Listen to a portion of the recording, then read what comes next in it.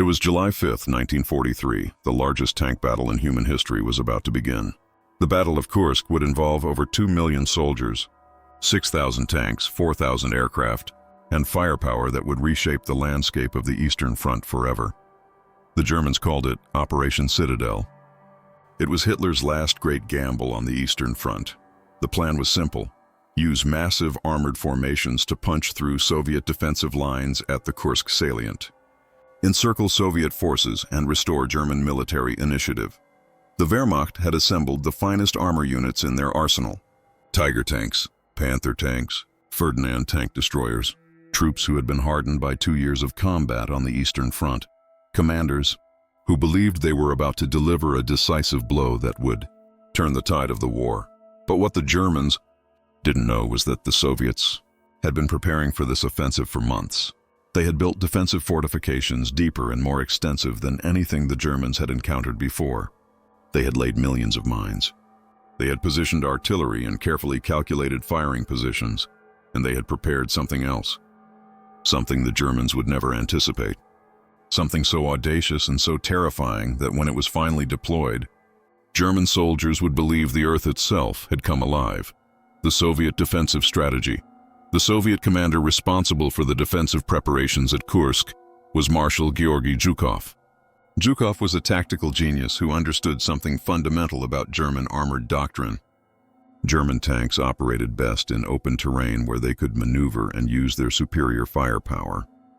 So Zhukov designed a defense that would eliminate German mobility. He created defensive lines that stretched for miles, multiple layers of trenches, fortifications, and tank traps, artillery positions that could bring down concentrated fire on any German breakthrough. But the most innovative element of Zhukov's defense was something that would only be revealed decades later. When Soviet military archives were finally open to historians, Zhukov had authorized the construction of mobile defensive positions.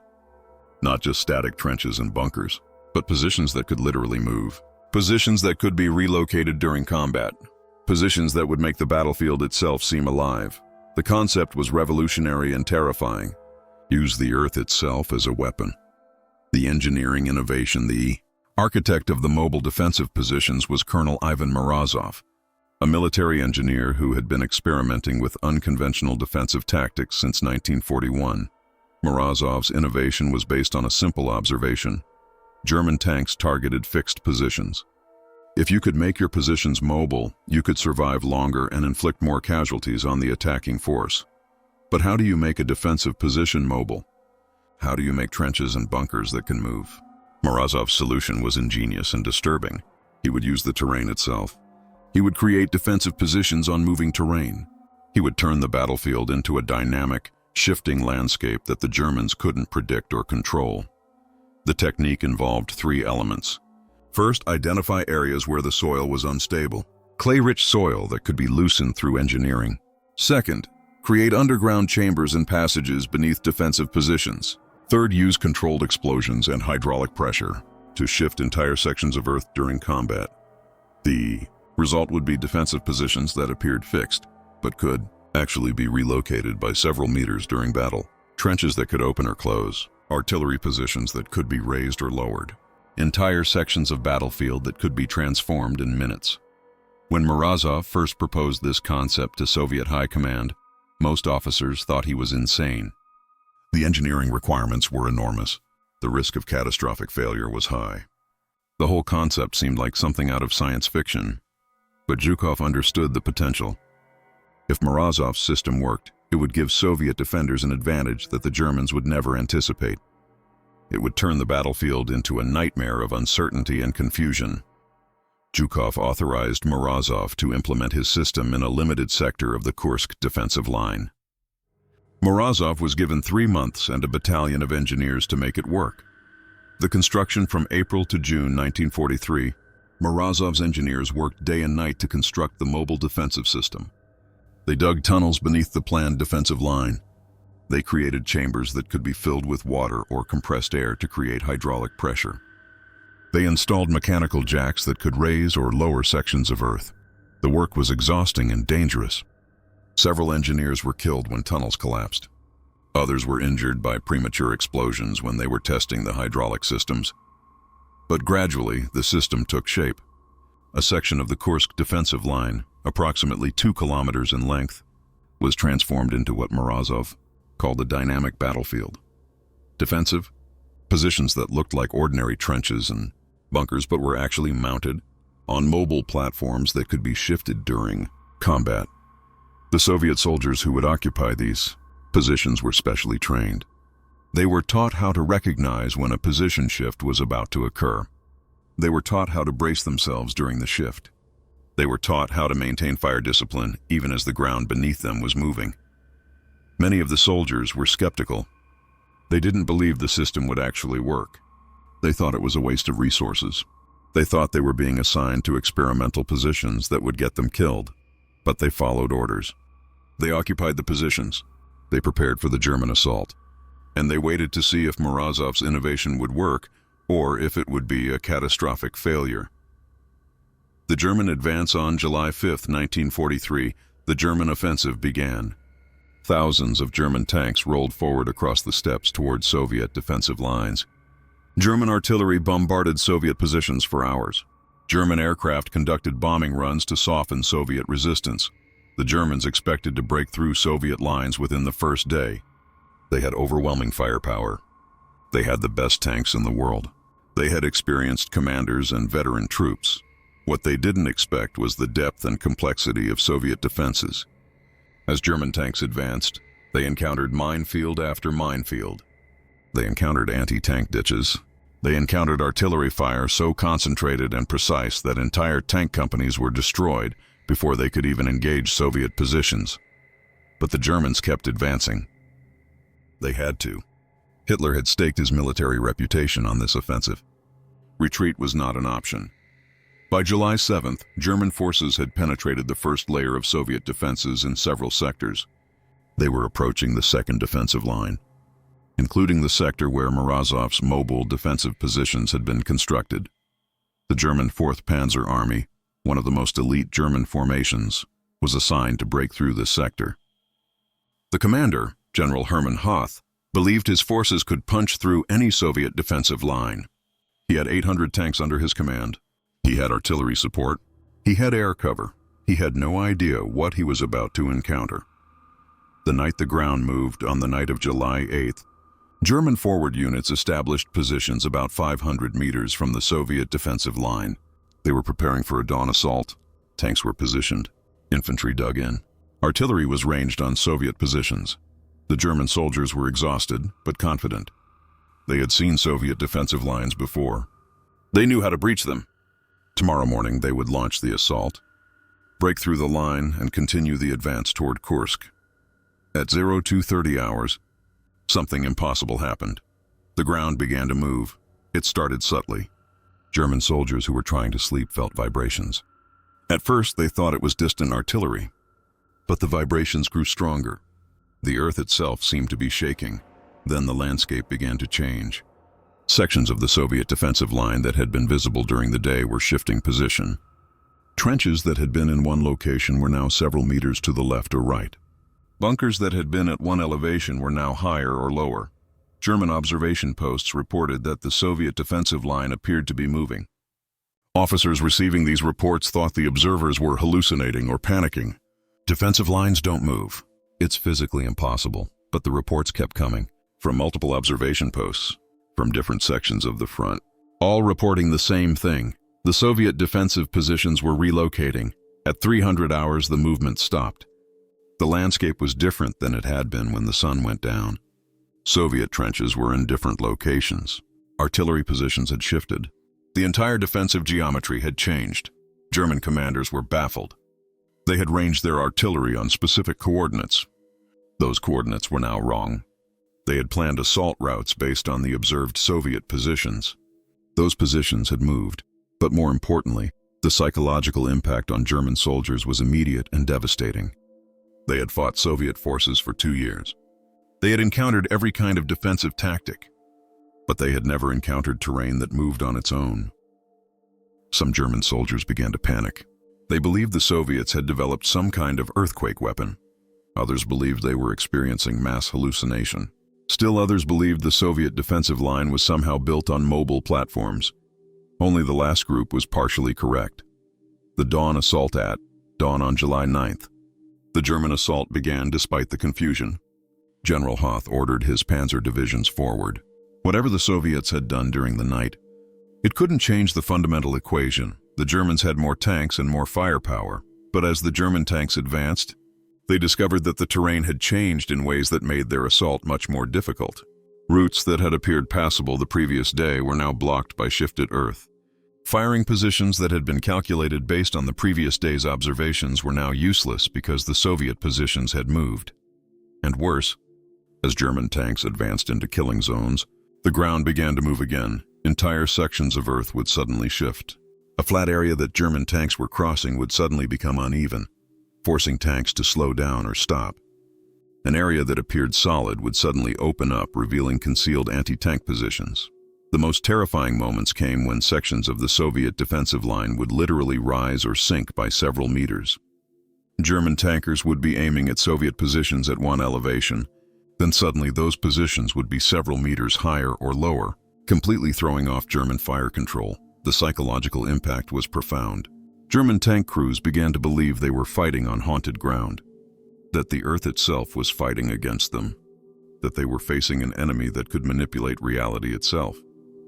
Radio communications from German units became increasingly panicked.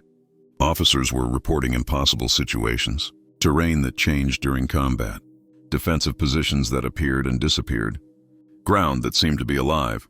German high command initially dismissed these reports as combat stress or exaggeration, but as reports accumulated from multiple independent sources, commanders had to acknowledge that something extraordinary was happening.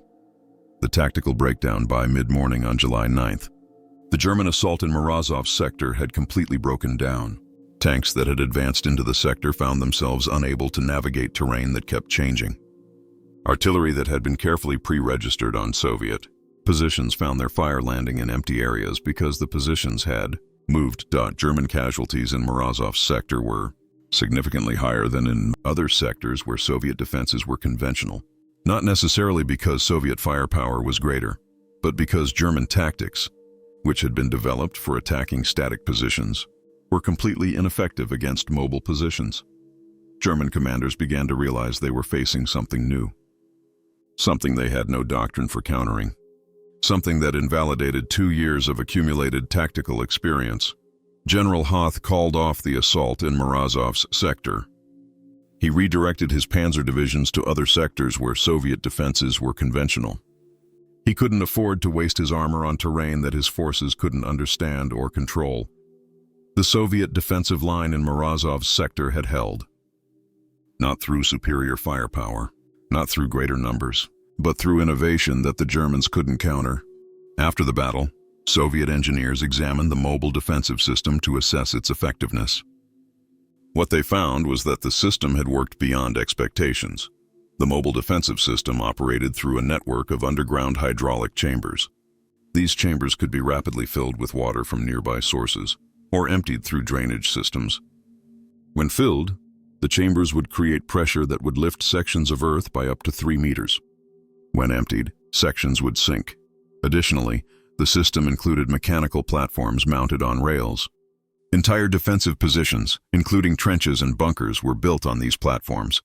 The platforms could be moved laterally by several meters using electric motors powered by generators. The system required constant monitoring by engineers who operated from underground control stations. During the night of July 8th, engineers had systematically relocated defensive positions based on German deployment patterns observed during the day. They had raised some sections, lowered others, and shifted lateral positions to maximize defensive advantage. The system had 3 major advantages. First, it forced the Germans to constantly recalculate firing solutions. Artillery that had been ranged on Soviet positions would find those positions had moved, requiring new ranging, which took time and exposed German artillery positions to Soviet counter-battery fire. Second, it created psychological uncertainty. German soldiers couldn't trust the terrain. They couldn't trust their observations from one hour to the next. This uncertainty created hesitation and confusion that slowed German advances. Third, it allowed Soviet defenders to concentrate fire more effectively.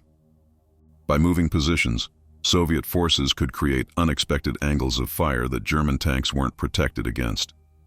The system also had significant limitations. It was extremely expensive in terms of engineering resources. It required constant maintenance. It could only be used in specific terrain with appropriate soil conditions. And it was vulnerable to German engineering if the Germans had time to investigate and understand how it worked. The German investigation. After the assault failed, German intelligence began investigating what had happened in Morozov's sector. They captured Soviet documents. They interrogated Soviet prisoners. They examined the terrain after Soviet forces eventually withdrew from some positions. What German engineers discovered was that the Soviets had created an entirely new form of defensive fortification, one that German military doctrine had no provisions for countering.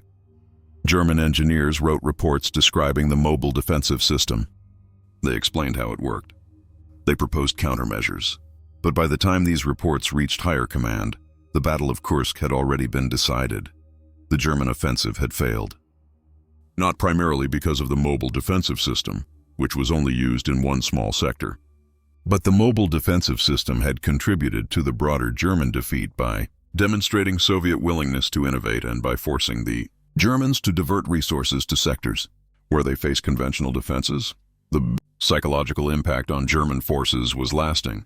For the remainder of the war, German soldiers who had fought at Kursk would tell stories about the night the ground moved, about terrain that came alive, about fighting an enemy that could manipulate the battlefield itself.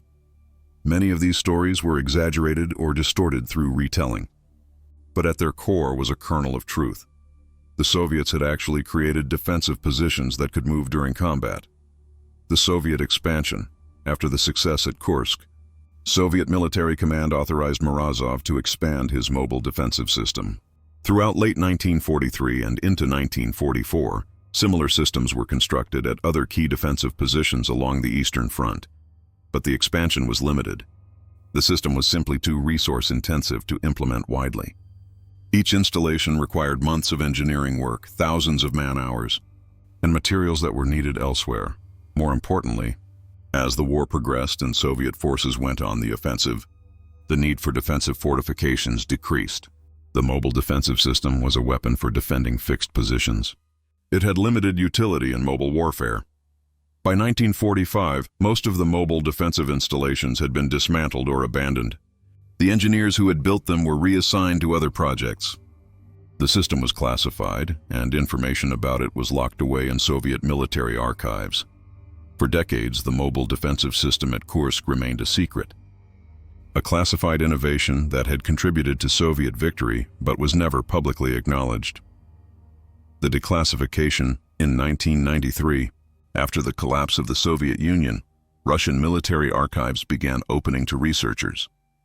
Among the thousands of classified documents that were released were engineering reports describing Morozov's mobile defensive system. A military historian named Dr. Alexei Dmitriev discovered these reports while researching Soviet defensive tactics at Kursk. He was stunned by what he found. Detailed engineering diagrams, photographs of the construction process, after-action reports describing the system's effectiveness. Dmitriev published his findings in 1995 in a paper titled Mobile Fortifications at Kursk, the Engineering Innovation that changed defensive warfare. The revelation caused a sensation in military history circles. Here was an aspect of the Battle of Kursk that had been completely unknown, an innovation that had contributed to Soviet victory but had never been mentioned in any previous historical account. Western military historians were initially skeptical. The concept of moving defensive positions seemed too fantastical. Some historians dismissed Dmitriev's findings as Soviet propaganda or misinterpretation of documents. But Dmitriev had extensive documentation, engineering diagrams that showed exactly how the system worked, photographs that proved the system had actually been constructed, German intelligence reports that confirmed German forces had encountered moving defensive positions. The evidence was overwhelming. The mobile defensive system at Kursk had actually existed, and it had actually worked. the German veteran testimony after Dmitriev's paper was published. Researchers began tracking down German veterans who had fought in the sector where the mobile defensive system had been deployed. They wanted to confirm whether German soldiers had actually experienced what the Soviet documents described. Several veterans were located. All of them, now in their 70s or 80s, confirmed that they had experienced something extraordinary during the battle. One veteran, Hans Müller, who had been a tank commander in the 4th Panzer Army, gave a detailed interview in 1996. "We thought we were losing our minds," Müller said. "The terrain we observed during the day was different by night. Positions that we had marked for artillery targeting had moved by morning. Our officers told us we were experiencing combat stress, but we knew what we had seen. The most terrifying moment was when we were advancing through what appeared to be flat terrain, and suddenly the ground in front of us shifted upward by several meters. It created a wall of earth that stopped our advance. We had to maneuver around it, which exposed us to Soviet anti-tank fire. We called it Die lebendige Erde, the living earth. We believed the Soviets had developed some kind of earthquake weapon, or that they were using massive underground explosives to reshape the battlefield. We never imagined it was actually engineered defensive positions." Other German veterans gave similar accounts. They described terrain that changed, defensive positions that moved, a battlefield that seemed to be alive and hostile. The consistency of these accounts, combined with the Soviet documentation, left no doubt that the mobile defensive system had actually been deployed and had actually affected the battle. The technical assessment. Modern military engineers have analyzed Morozov's mobile defensive system to assess whether it would be viable with contemporary technology. The assessment is that while the system was innovative for its time, it would have limited utility in modern warfare. Modern precision-guided munitions, satellite surveillance, and advanced sensors would make it relatively easy to detect and destroy the hydraulic and mechanical systems that made the mobile positions work. Additionally, modern military doctrine emphasizes maneuver warfare over static defense. The mobile defensive system was designed for defending fixed positions. In modern combat, where forces are expected to be highly mobile, such systems would have limited application. However, military engineers acknowledge that Morozov's innovation represented an important milestone in defensive engineering. It demonstrated that fortifications didn't have to be static, that defensive positions could incorporate mobility and adaptability, that the battlefield itself could be weaponized. These principles have influenced modern military engineering, even if the specific implementation of moving defensive positions has not been replicated. The psychological warfare aspect. Military psychologists have analyzed the mobile defensive system not primarily as an engineering innovation, but as a weapon of psychological warfare. The psychological impact of the mobile system far exceeded its tactical impact. While the system did make German assaults more difficult in one sector, its broader effect was to create uncertainty and fear among German forces. German soldiers who experienced the moving terrain carried that psychological impact with them for the rest of the war. They became more cautious, more hesitant, less confident in their understanding of the battlefield. This psychological degradation of German combat effectiveness was perhaps more valuable than the tactical advantage the mobile system provided. Modern military psychologists study the Kursk mobile defensive system as an example of how unconventional tactics can create disproportionate psychological effects. The lesson is that sometimes the perception of a weapon is more powerful than the weapon itself. The comparison to other innovations. Military historians have compared Morozov's mobile defensive system to other tactical innovations of World War II. The closest parallel is probably the use of inflatable tanks and dummy positions to deceive enemy reconnaissance. Both innovations relied on manipulating enemy perceptions of the battlefield, but the mobile defensive system was more sophisticated. It didn't just deceive enemy observations. It actually changed the physical battlefield in ways that affected German tactical decisions. Other innovations, like the German use of armored doctrine or the Soviet use of deep battle theory, represented new ways of thinking about warfare. Morozov's system represented something different: the idea that the battlefield itself could be a weapon. This concept was revolutionary, and while it was only implemented on a limited scale, it pointed toward future possibilities in military engineering. Colonel Ivan Morozov, the engineer who designed the mobile defensive system, remained largely unknown for decades. His work was classified, His innovations were attributed to collective Soviet engineering efforts, rather than to an individual. After the war, Morozov continued to work on military engineering projects. He developed fortification systems for the Cold War. He trained a generation of Soviet military engineers. He wrote technical manuals that were used throughout the Soviet military, but he never spoke publicly about the mobile defensive system at Kursk. It remained classified until long after his death. Morozov died in 1979, at the age of 72. His obituary in Pravda identified him as a distinguished military engineer who contributed significantly to Soviet defensive capabilities during the Great Patriotic War. No specific details were provided. It wasn't until the 1990s, when archives were opened, that Morozov's specific contribution to the Battle of Kursk was revealed. By then, very few people who had worked with him were still alive. One of his former assistants, Vladimir Petrov, gave an interview in 1997 describing what it was like to work with Morozov. He was obsessed with the idea that fortifications should be adaptive, Petrov said. He believed that static defenses were inherently vulnerable. He was always thinking about how to make defensive positions more flexible, more responsive to changing battlefield conditions. When he proposed the mobile defensive system, most of us thought it was impossible. The engineering challenges were enormous, but Morozov was convinced it could be done. He worked day and night for months. He solved problems that we thought were unsolvable. After Kursk, when the system proved effective, Morozov didn't celebrate. He just moved on to the next project. He was always thinking about the next innovation, the next challenge. Recognition didn't matter to him. Only the work mattered. The legacy today, Morozov's mobile defensive system, is studied in military engineering schools around the world as an example of innovative tactical thinking. It's taught as a case study in how to use engineering to gain tactical advantage. It's analyzed as an example of how unconventional solutions can overcome conventional military superiority. But Morozov's system is also studied as a cautionary tale. It demonstrates the limits of engineering innovation. The system was effective in one specific battle under specific conditions, but it couldn't be widely replicated. It couldn't fundamentally change the course of the war. It was a brilliant tactical innovation that had limited strategic impact. This tension between tactical brilliance and strategic limitations is a common theme in military history. Many innovations that seem revolutionary in the moment turn out to have limited long-term significance. Morozov's mobile defensive system falls into this category. It was remarkable, it worked, but it didn't change warfare forever. It was a moment of innovation in a war that was ultimately decided by much larger factors.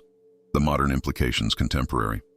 Military strategists have examined whether Morozov's principles could be applied with modern technology. The answer is yes, but in different ways.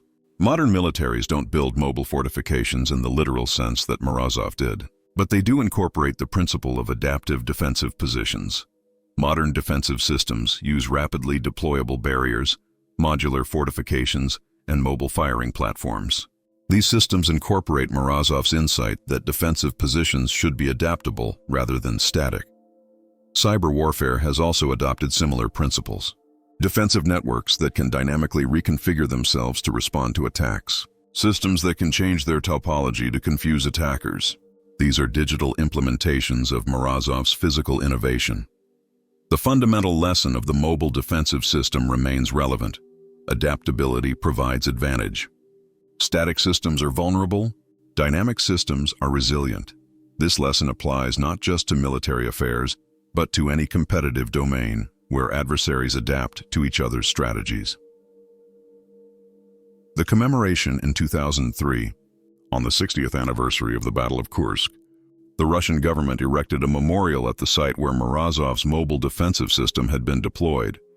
The memorial consists of a section of recreated defensive trench mounted on a visible platform, demonstrating the principle of the mobile defensive system. A plaque explains the history and significance of the innovation. The memorial is modest and rarely visited. It's located in a rural area far from major population centers. Most tourists who visit the Battle of Kursk memorial sites don't make the journey to see it. But for military historians and engineers, the memorial is significant. It acknowledges an innovation that was classified for 50 years. It recognizes Morozov's contribution.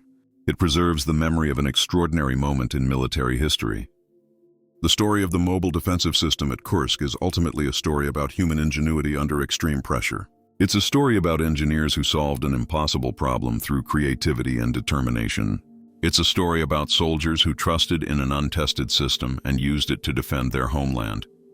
But it's also a story about the limits of innovation. The mobile defensive system worked, but it couldn't be widely replicated. It contributed to Soviet victory at Kursk, but it wasn't decisive. It was a brilliant tactical innovation that had limited strategic impact. What makes the story remarkable is not that it changed the course of the war. What makes it remarkable is that it happened at all. That Soviet engineers actually built defensive positions that could move, that they actually deployed them in combat, that they actually worked. For one brief moment at Kursk, the earth itself became a weapon. Terrain that had been static since the dawn of warfare became dynamic. Defensive positions that should have been fixed became mobile. The battlefield itself came alive. German soldiers who experienced it never forgot. They carried the memory of that night when the ground moved for the rest of their lives. They told stories about fighting on haunted ground, about an enemy that could make the earth itself rise up against them. These stories were dismissed as exaggeration or combat hallucination for decades. Only after the Soviet archives opened did the world learn the truth. The ground really had moved. The earth really had come alive. It wasn't supernatural. It wasn't hallucination. It was Soviet engineering. Colonel Ivan Morozov, working in obscurity with limited resources under extreme time pressure, had achieved something extraordinary. He had turned the battlefield into a weapon. He had made the impossible real. His mobile defensive system was used for only a few days. It was deployed in only one small sector. It affected only a small portion of the massive Battle of Kursk. But for the German soldiers who encountered it, those few days were enough. They learned that in war, nothing is impossible, that the Soviets were capable of innovations that German doctrine couldn't anticipate, that the Eastern Front was a place where the normal rules didn't apply, and perhaps most importantly, they learned that when you're fighting a desperate enemy on their home territory, even the ground beneath your feet can become hostile. That was the lesson of the mobile defensive system at Kursk. Not that moving fortifications would revolutionize warfare, but that determined defenders, fighting for survival, would find ways to weaponize everything, even the earth itself. The ground moved at Kursk, and when it moved, it helped turn the tide of the largest tank battle in history. That is the legacy of Colonel Ivan Morozov and his extraordinary innovation. Not fame, not recognition, just the quiet satisfaction of knowing that for one brief moment, he made the impossible real. And in doing so, he helped save his country.